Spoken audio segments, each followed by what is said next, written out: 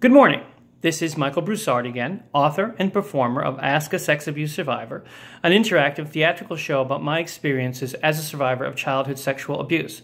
Before I get started today, I want to offer my fellow survivors a trigger warning. Some of the language in this video is going to be pretty vivid concerning sex and abuse, so you might not want to watch. Just letting you know. I want to talk today about something that I started thinking about again because of a comment a fellow survivor made on one of my videos.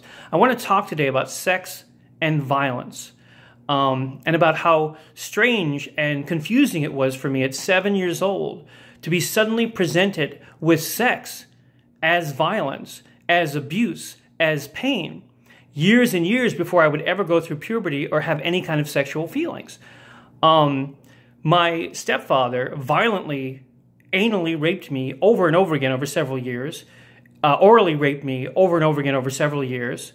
This was something that was secret and horrible and had to be kept away, and we couldn't talk about it. You know, this was awful. You can't speak about this stuff in public. And I'd never encountered sex before, and to me, this suddenly was what sex was. It was enduring pain, you know, and that was very, very confusing for me. Particularly when I got to the age where I started going through puberty and I started to have physical responses, sexual responses, and my body started changing, and the smells my body produced, I mean, this is weird, I know, but the smells my body's produced as I was going through puberty changed, and I started to smell and have responses more and more like my abuser, my rapist. And so I was immediately horrified by this. I was disgusted by myself. I had to hide this. No one could know. No one could know that this awful, horrible thing was inside of me that made me like him, you know? Just having any kind of sexual response or any kind of smell or anything that reminded me was a trigger that told me, oh my God, that's awful. Just control that. Push that down. Forget it. It's awful. So I grew up very ashamed of my own body and very ashamed of my own responses and very ashamed of the concept of sex and very unable to talk about sex. I went through many relationships with no kind of communication between myself and my partner about sex because I couldn't have those discussions because, oh, that's awful, that's terrible. I mean, all it did was remind me that I had been in pain and I'd been torn apart, you know?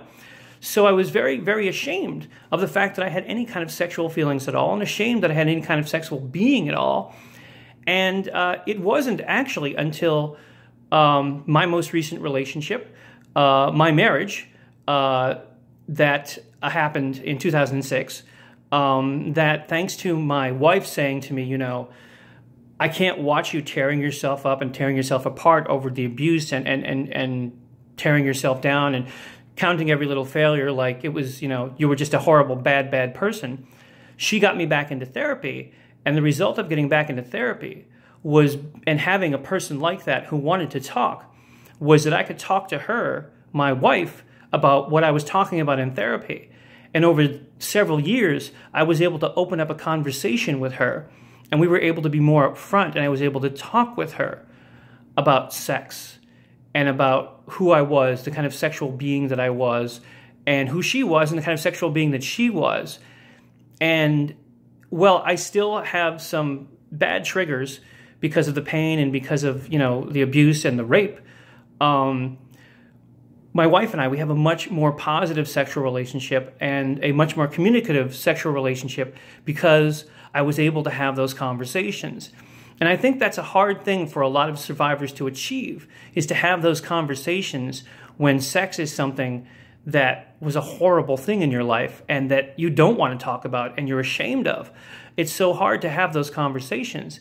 So I think that if you're in a relationship with a survivor, you know, give them time, give them patience, let them know that you're available for those conversations, and, you know, help them to get a more positive outlook on sex and sexual relations.